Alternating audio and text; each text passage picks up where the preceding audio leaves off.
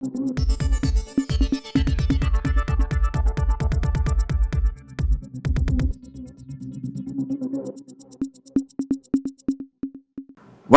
இது news focus Tamil. இன்றைய சிறப்பு விருந்தினராக நம்முடன் அரசியல் பேச மூத்த பத்திரிகையாளர் இரா குமார் அவர்கள் இணைந்திருக்கிறார். சார் வணக்கம். வணக்கம் சார். நம்ம தமிழ்நாட்டு அரசியலில் எதிர்கட்சியான அதிமுக சமீபத்தில் தொடர் தோல்விகளை எடப்பாடி பழனிசாமி தலைமையில தொடர் தோல்விகளை கொடுத்துட்டு இருந்தது கவனிச்சோம்.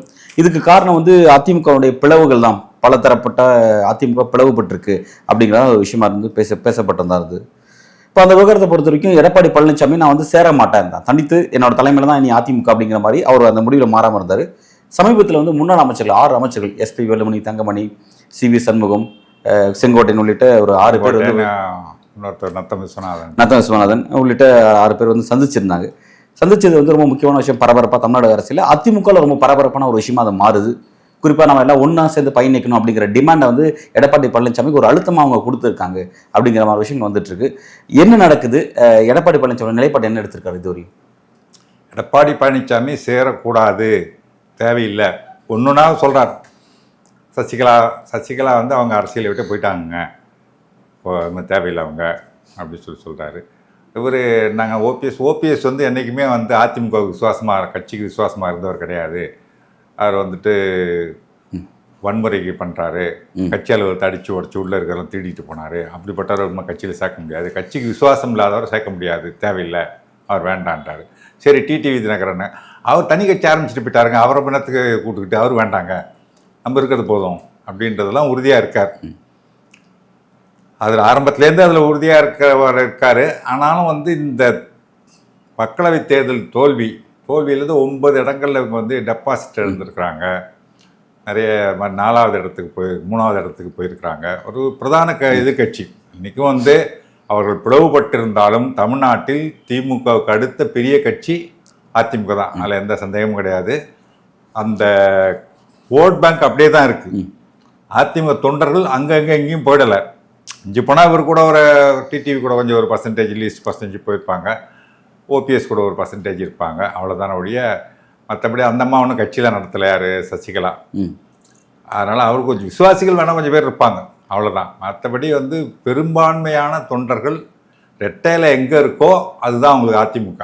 ரெட்டையில் இப்போ எடப்பாடி பழனிசாமிகிட்ட இருக்கிறதுனால அவங்ககிட்ட தான் பெரும்பான்மையான தொண்டர்கள் இருக்காங்க. அதனால் ஓரளவுக்கு வெற்றி பெற முடியும் அப்படின்னு நினைக்கும் பொழுது தனியார் நின்னா தான் வெற்றி விடும். பிஜேபி கூட இருந்தோம்னா நமக்கு சிறுபான்மை வாக்கு கிடைக்காதுங்கிறதால நினச்சி வெளியில் வந்தார். அதை பிஜேபி கூட சேரணுன்ற எண்ணம் உள்ளவர்களும் கொஞ்சம் பேர் இருந்தாங்க அதில். அது தோல்வி அடைஞ்ச உடனேவே எஸ்பி வேலுமணி என்ன சொன்னார், பாஜக கூட கூட்டணி வைத்திருந்தால் நம்ம கொஞ்சம் இடத்துல வெற்றி பெற்றிருக்கலாம் அப்படின்னு அவர் சொல்கிறார். ஏன்னா பிஜேபி வாங்கின ஓட்டையும் அதிமுக வேட்பாளர் ஓட்டையும் கூட்டினோம்னு சொன்னால் திமுகவோட அதிகமாக வருது, இந்தந்த தொகுதியில் நம்ம வெற்றி பெற்ற வாய்ப்பு இருக்குதுன்னு சொல்லி அந்த கணக்கை நான் ஏற்றுக்க மாட்டேன். அது வேறு விஷயம். ஏன்னு சொன்னால் பிஜேபி இந்த நடந்த தேர்தல் மோடி வேண்டுமா வேண்டாமான்றது. மோடி வேண்டாம் அப்படின்னு நினைக்கிறவங்க அதிகம் தமிழ்நாட்டில். ஆன்டி மோடி ஓட்டு தான் அதிகம் தமிழ்நாட்டில். மோடி வேண்டான்றவங்க போன தேர்தலில் கடந்த 2024 மக்களவைத் தேர்தலில் மோடி வேண்டான்னு சொல்லி விரும்புகிறவங்க வாக்களிப்பது 2 ஆப்ஷன் இருந்துச்சு. ஒன்று திமுக, இன்னொன்று அதிமுக. ஒருவேளை அதிமுகவும் பிஜேபியும் கூட்டணி வைத்திருந்தால், போன முறை அவங்களோட கூட்டணி இருந்தாங்க, ஒன்று திமுக மட்டும் தானே இருந்துச்சு. 2019 அவங்களோட தான் கூட்டணி இருந்தாங்க. 2024 நான் சொல்கிறது. ஓகே, 2024 ஆன்டி மோடி ஓட்டு, மோடி வேண்டான்றவங்க வாக்களிக்கிறது 2 ஆப்ஷன், ஒன்று திமுக, இன்னொன்று அதிமுக. ஒருவேளை அதிமுகவும் பாஜகவும் 2024 தேர்தலில் கூட்டணி வைத்திருந்தால் மோடி வேண்டான்னு நினைக்கிறவங்களுக்கு இருக்கிற ஒரே ஆப்ஷன் திமுக தான். திமுக. அப்போ திமுக ஆன்டி மோடி ஓட்டு 2ஆக ஸ்பிளிட் ஆச்சு. ஸ்பிளிட் ஆகாமல் சாலிடாக டிஎம்கே கிடச்சிருக்கும். திமுக அதிக வாக்கு வித்தியாசத்தை வெற்றி பெற்றிருக்கும். அப்படி இல்லை சார். இப்போ எஸ்பி 2019 நடந்தது இல்லை. இப்போ 2019 மோடி வேண்டாம், அதே எலெக்ஷன் தான். 2019 மோடி வேண்டுமா வேண்டாமாங்கிற டாபிக். அப்பொழுது அதிமுக பாஜக கூட்டணிக்கு ஒரு தொகுதி, தேனி தொகுதி கிடைச்சது. அதுல நிறைய பிரச்சனை உண்டுங்க, விட்டுருங்க. அது ஒரு வெற்றியா பெருசா எடுத்து. 2014 வருவோமே சார். அப்ப 2014 வருவோமே. 2014 அன்னைக்கு 3 முனை போட்டி, திமுக அதிமுக பாஜக கூட்டணி தனியா. ஆமா. அப்ப பாஜக கூட்டணிக்கு திமுக அதிமுக பிரதான திராவிட கட்சிகள் எல்லாமே அவங்க 2 தொகுதி கைப்பற்றாங்க, கன்னியாகுமரி தருமபுரி கைப்பற்றினாங்க. ரைட்டா? ஆமா. எப்போதும் வந்து இங்க மோடி வேணும் வேணாம்ன்ற விஷயத்துல எப்படியாவது ஒண்ணு அவங்களுக்கு வாக்குகள் கிடைக்கதான் செய்யும். தொகுதி அப்ப கைப்பற்றினது காங்கிரஸ் தனியா நின்றுச்சு, திமுக கூட்டணி கிடையாது, காங்கிரஸ் தனியா நின்று. அப்ப பிஜேபி அங்க கொஞ்சம் செல்வாக்கு உண்டு. எங்க கன்னியாகுமரியில. இங்க வந்து தருமபுரியில பாமக அந்த பெண்ணாகரம் தொகுதி இளவரசன் காதல் பிரச்சனையில, இளவரசன் கொலையில அந்த கிராமங்களை எரிச்சு தலித்துக்கு எதிரான ஒரு மனநிலையை உருவாக்கி ஜாதி வெறியை தூண்டி விட்டு தலித் அல்லாதோர் கூட்டமைப்புன்னு ஒன்று உருவாக்கி இப்படிலாம் கொண்டு தலித் எது அல்லாத வாக்குகள்லாம் ஒன்று கன்சால்டேட் பண்ணி வெற்றி பெற்றது. பாமக வெற்றி பெற்றது. அங்கே பொன்னார் வெற்றி பெற்றார். அப்போ இன்னொன்று சொல்கிறாங்களே, அப்போ வாங்கின வாக்கு எவ்வளவு? 17%. பாஜக மொத்தம் வாங்கினது கூட்டணி. அதை பார்த்தீங்கன்னா அப்போ மோடி மீது ஒரு எதிர்பார்ப்பு இருந்துச்சு. ஒரு ஸ்ட்ராங் மேனாக தன்னை காட்டிக்கிட்டார். மோடி மீது ஒரு எதிர்பார்ப்பு இருந்தது, ஒரு ஸ்ட்ராங் மேன் வராரு, அது வேற குஜராத் மாடல் வளர்ச்சி அப்படி இப்படிலாம் சொல்லி ஒரு பில்டப் கொடுத்து பிம்பத்தை கட்டமைச்சு வச்சிருந்ததுனால மோடி ஒரு ஸ்ட்ராங் மேன் வரட்டுமே, 10 வருஷம் ஆன்டி இன்கம்பன்சி காங்கிரஸ் கவர்மெண்ட் மேலே எல்லாம் சேர்ந்து விழுந்த வாக்குகள் அது. ஆனால் 2014 வந்து இப்போ சேர்க்க முடியாது. ஏன்னா 2014 எதிர்பார்ப்பு, மோடி மீது எதிர்பார்ப்பு இருந்தது. 2019 மோடி எதிர்ப்பாளர் இருந்தது. ஓகே சார், இப்போ நீங்கள் சொல்கிறது இந்த இவ்வளோ விஷயத்தை தொகுத்து சொல்லும் பொழுது நீங்கள் என்ன சொல்றீங்கன்னா, இப்போ இந்த எலெக்ஷனில் 2024 அதிமுக பாஜக கூட்டணி வச்சிருந்தாலும் தோல்வி தான் கிடைச்சிருக்கும். திமுக இன்னும் அதிக வாக்கு வித்தியாசம் வெற்றி பெற்றிருக்கும்.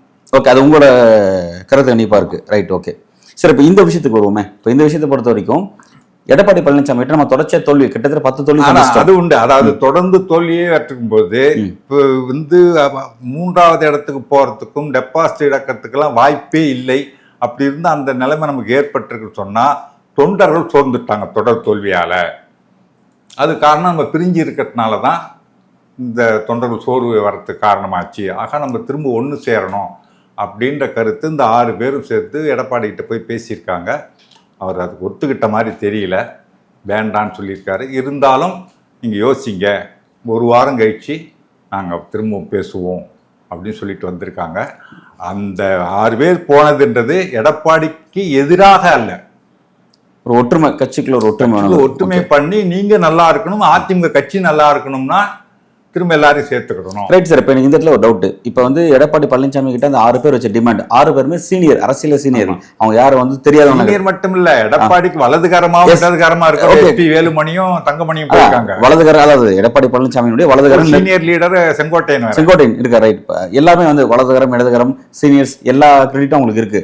அப்படி இருந்து அவங்க வைக்கக்கூடிய அந்த டிமாண்டை பொறுத்த வரைக்கும் ஒற்றுமையா இருந்தா வெற்றி பெற முடியுன்ற ஒரு கருத்தை முன் வைக்கிறாங்க. இப்படி இருந்தா வெற்றி பெறலாம் அப்படின்னு எடப்பாடி பழனிசாமி எதை வச்சு அந்த வியூகத்தை வகுக்கிறார்? அது எந்த பாசிபிலிட்டி சார் நம்பிட்டு இருக்காரு அவரு இவங்களை சேர்க்கறது தன்னுடைய தலைமைக்கு இடையூறுன்னு நினைக்கிறார். ஆனா வெற்றி இறுதியில வந்து தொலைதூர பார்வையில் யோசிக்கும்போது எனக்கு கிடைக்காட்டியும் பரவாயில்ல, அடுத்தவங்களுக்கு கிடைச்சிடக்கூடாதுன்ற பாலிசி தான். அது அவர் அப்படி நினைக்கிறாரா? அப்படிதான் நினைக்கிறாரு. அதுதான், அதை வெளியில சொல்ல முடியாது. ஓகே, ஆனா தனக்கு கிடைக்காட்டியும் வரல, அடுத்தவங்களுக்கு கிடைச்சிடக்கூடாது. ஆனா இப்ப தொடர்ச்சி தோல்வியை அவர் ஆசைக்கு ஏற்ற மாதிரி தொடர்ச்சி தோல்வி கொடுத்திருந்தாரா, நாளைக்கு தொண்டர்கள் ஏற்கனவே சோர்ந்திருக்கும், இன்னும் சோர்ந்தடிச்சு நாளைக்கு வேற ஒரு கட்சி நோக்கி போயிடுவாங்கல்ல. அப்புறம் இவர் தனிப்பட்ட யாருமே. என்னுடைய கருத்து கூட வந்து அதிமுக வந்து நல்லா இருக்கணும், அதிமுக வந்து தேய்ந்து போகக்கூடாது, அதிமுக நல்லா இருக்கணுங்கிறது தான் நான் விரும்புறது. தனிப்பட்ட முறையில் என்னுடைய விருப்பம். ஒரு தமிழ்நாட்டின் குடிமகனா அதிமுகவும் நல்லா இருக்கும்னு தான் நினைக்கிறேன். ஏன்னு சொன்னா அதிமுக தேய்ந்தால் அதை கபலீகரம் செய்து பாஜக இங்கே வளர்ந்துடும். பாஜக வளர்றது நாட்டுக்கு கேடு, தமிழ்நாட்டுக்கு ஒத்து வராது. ஆகையினால அதிமுக சிறப்பாக இருக்கணும். அது வந்து கொள்கை எதிரி, சித்தாந்த எதிரி கிடையாது. ஓகே சார், நீங்க சொல்றது புரியுது. இப்ப அதிமுக பலவீனத்துல இங்க பாஜக வளர போகுது அப்படிங்கிறீங்க. இந்த கணக்கு நிச்சயமா எடப்பாடி பழனிசாமி நல்லாவே தெரியும். அவர் அரசியல் இருக்கிறவர், அவர் நிச்சயமா தெரியும்.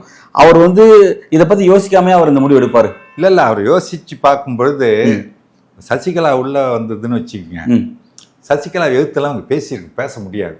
ஓகே, அவங்க கட்சியை கைப்பற்றிடுவாங்க. சசிகலா உள்ள வந்தா கட்சியை கைப்பற்றி அவங்க தலைமையில் ஆயிடுவாங்க. உங்களால ஒன்றும் பண்ண முடியல. ஜெயலலிதா சசிகலா அவங்களுக்கு இன்னும் அந்த கரிஷ்மா இருக்கா? கட்சிக்குள்ள அந்த கரிஷ்மா வந்து அவங்களுக்கு இருக்கா? அவங்களுக்கு கட்சிக்குள்ள வந்துட்டா வந்துடும். கட்சிக்குள்ள வந்துட்டா எப்படி சார் இப்ப வந்து அவங்க வந்து ஒரு குறிப்பிட்ட ஜெயலலிதா இருக்கும்போது ஜெயலலிதா பேச வச்ச ஜெயலலிதா மறைவுக்கு பிறகு இவங்கெல்லாம் சேர்ந்து ஒரு தலைவரை தேர்ந்தெடுக்க முடியல. போய் கும்பிட்டுக்கிட்டு தான் நின்னாங்க. அம்மா நீங்க தான் வந்து தமிழ்நாட்டை காப்பாற்றணும், கட்சியை காப்பாற்றணும், தொண்டர்களை காப்பாற்றணும். அன்னைக்கு ஒரு குழப்பமான சூழ்நிலை. ஜெயலலிதா அந்த பெரிய தலைவர் இல்லாம போனதுக்கு பிறகு யார் அந்த விட்டுடும் அப்படின்னு அன்னைக்கு வேற ஆப்ஷன்ஸ் இல்லை. ஓகே, பட் இன்னைக்கு இந்த இடைப்பட்ட 4-5 ஆண்டுகள்ல அடுத்த ஆப்ஷன்ஸ் இப்போ எடப்பாடி பழனிசாமி 4 ஆண்டு ஜெயலலிதாவுக்கு ஒரு கரிஸ்மா கிடையாது. ஒரு பெரிய லீடராலாம் எடுத்துக்கல, வேற வழி இல்ல, ஏதோ ஒரு ஆள் தலைவரா இருக்கணும்னு ஏத்துக்கிட்டு இருக்காங்க. அப்ப சசிகலாவுக்கு அந்த கரிஸ்மா இருக்கா நான் கேட்கிறேன்.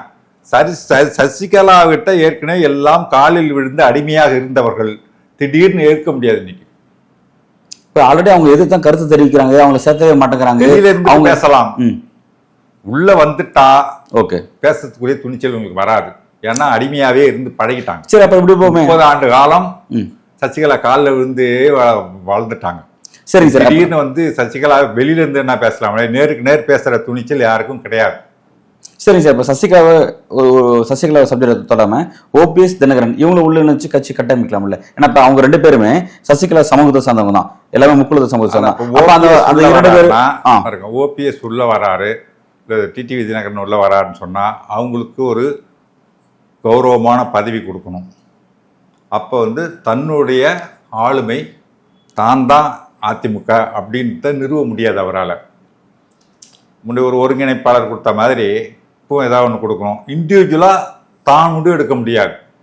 எல்லாரும் சேர்ந்து ஒரு கூட்டு தலைமையாக தான் இருக்க முடியுமோ ஒழிய தனி ஒரு தலைமை, ஒற்றை தலைமை அப்படின்றது கொண்டு வர முடியாமல் போயிடும். அது வேண்டாம், ஒற்றை தலைமை நான் தான் அதிமுகன்னு இருக்கணும் அப்படின்னு அவர் விரும்புகிறார். தன்னை நிலைநிறுத்திக்கணும், அதுதான் விரும்புகிறார் அவர். ஓகே சார், இப்போ இந்த இடத்த பார்க்கும்பொழுது வந்து இப்போ அந்த 6 சீனியர் அமைச்சர்கள் அவங்க வைக்கிற விஷயம் என்னன்னா, எதிர்காலத்தை நோக்கி நம்ம நகரணும், ஆட்சி அதிகாரத்துக்கு வரணும், காலத்துக்கு நம்ம எப்படியே போக முடியாது, இதே மாதிரியான பேட்டர்னா இன்னும் ஒரு 5 எலெக்ஷன் 10 எலெக்ஷன் சந்திச்சோம்னா நாளைக்கு கட்சியே இல்லாமல் போயிடும் அப்படின்ற ஒரு விஷயத்த முன் வச்சிருப்பாங்க. அப்போ அப்படின்னும் போது இப்போ எடப்பாடி பழனிசாமி ஒரு சிக்கல், இதுதான் எனக்கு சிக்கல், இது இல்லாட்டி நான் சேருவோம் அப்படின்னு அவர் ஒரு டிமாண்ட் வச்சிருப்பாரு. அந்த டிமாண்டுக்கு அந்த 6 பேர் என்னதான் சொல்லியிருப்பாங்க, என்னதான் விஷயத்த முன் வச்சிருப்பாங்க? இவர்கள் போனது வந்து நீங்க இல்லைன்னா உங்களை விலைக்கு விட்டு நாங்கள்லாம் சேர்ந்து ஒன்னா ஒரு தலைமையை உருவாக்குறோம் அப்படின்ற எண்ணம் இல்லை அவங்களுக்கு, போன 6 பேருக்கும். ஏன்னா எடப்பாடி விலைக்கு விட்டுட்டு இன்னொரு இவங்கெல்லாம் சேர்ந்து சசிகலாவோ டிடிவி ஓபிஎஸ் எல்லாம் சேர்ந்துட்டு இந்த 6 பேர் இவங்கெல்லாம் சேர்ந்துக்கிட்டு ஒரு கட்சி புதுசாக இன்னொரு தலைமை உருவாக்குறாங்கன்னா அது ஒற்றுமை கிடையாது. ஓகே, அது இன்னொரு பிளவு தான். இன்னொரு பிளவு தான், எஸ், கட்டாயம் இன்னொரு பிளவு தான். அது எடப்பாடி மட்டும் ஒரு தனி மனுஷன் கிடையாது தூக்கி வெளில போட்டுறதுக்கு, அது பண்ண முடியாது. எடப்பாடியை தலைமையாக வச்சு தான் அவரை கன்வின்ஸ் பண்ணி இவங்களெல்லாம் ஒன்று சேர்க்கறதுக்கான முயற்சியில் இறங்கியிருக்காங்க. அது எடப்பாடி அதுக்கான ஒத்துக்கலை, அந்த எண்ணம் அவருக்கு இல்லை, அதுக்கு அதில் உறுதியாக இருக்கார் சேர்க்கக்கூடாதுன்றதில். இவங்க திரும்ப சொல்லிவிட்டு ஒரு வாரம் போயிடுச்சு, திரும்ப பேசுகிறோம், நீங்கள் யோசிங்க அப்படின்னு சொல்லிட்டு வந்திருக்காங்க. சரிங்க சார், இப்போ இந்த விஷயத்தில் என்னோட கேள்விங்கிறது, இப்போ முழுக்க இது வந்து அதிமுக ஒற்றுமைக்காக தான் அந்த சீனியர் அமைச்சர் அவ்வளோ பேரும் முயற்சி செய்கிறாங்களா? ஏன்னா எஸ்பி வேலுமணி தங்கமணியும் பாஜகவோட ரொம்ப ஒரு நட்பு கரம் காட்டுறாங்க, அவங்க ஒரு ஆதரவு மனப்பான்மை அங்கே இருக்காங்க. மற்றவர்கள் மீது 4 பேர் இங்கே வந்து பாஜக எதிர்க்கிறாங்க, பாஜக எதிர்த்து கருத்துக்கள் தெரிவிக்கிறாங்க. ஆனா அவங்க 2 பேர் வந்து பாஜக இருக்கிறதா விரும்புறாங்க அவங்க. அப்படி இருக்கும்போது இந்த ஒற்றுமைக்கு பின்னாடி பாஜக விரும்புதா? பாஜக நோக்கத்தில் என்னவா இருக்கு இந்த அரசியல? இப்ப அதிமுக இந்த அரசியல பாஜக விருப்பம் என்னவா இருக்கு? பாஜக வந்து இவங்க எல்லாம் ஒன்று சேர்ந்தா அதை வச்சுக்கிட்டு நம்ம கொஞ்சம் சீட்டு ஜெயிக்கலாம். அதிமுக வலுவா இருந்துச்சுன்னா கூட்டணி சேர்ந்துக்கிட்டு நம்ம ஒரு 4 சீட் வெற்றி பெறலாம். ஆனா பலவீனமான அதிமுக தான் பாஜக விரும்புது, பலமான ஒரு அதிமுக அது விரும்பல. இல்ல அது கொஞ்சம் கொஞ்சமா அவங்க பலவீனப்படுத்துவாங்க. இப்பைக்கு நம்ம ஒரு 4 சீட் வேணும், அதுக்கு இப்போ சட்டசபையில் 4 இடம் கிடைச்சது இல்லையா, அக்கௌண்ட் ஓப்பன் பண்ணணும்ல முதல்ல. ஓகே, ஒரு எம்பி ஆச்சும் இங்கேருந்து போகணும், ஒரு அக்கௌண்ட் ஓப்பன் பண்ணணும், அதுக்கு அதிமுக பயன்படுத்திப்பாங்க. அதன் பிறகு அதை பலவீனப்படுத்துறதுக்கான வேலைகளை செய்வாங்க. சரிங்க சார், அப்படி பார்க்கும்பொழுது பாஜக சென்ட்ரலில் பவரில் இருக்க பார்ட்டி, மோடி வந்து எல்லா கட்சியோட உள் விவரம் தலையிடக்கூடிய நபர் தான்.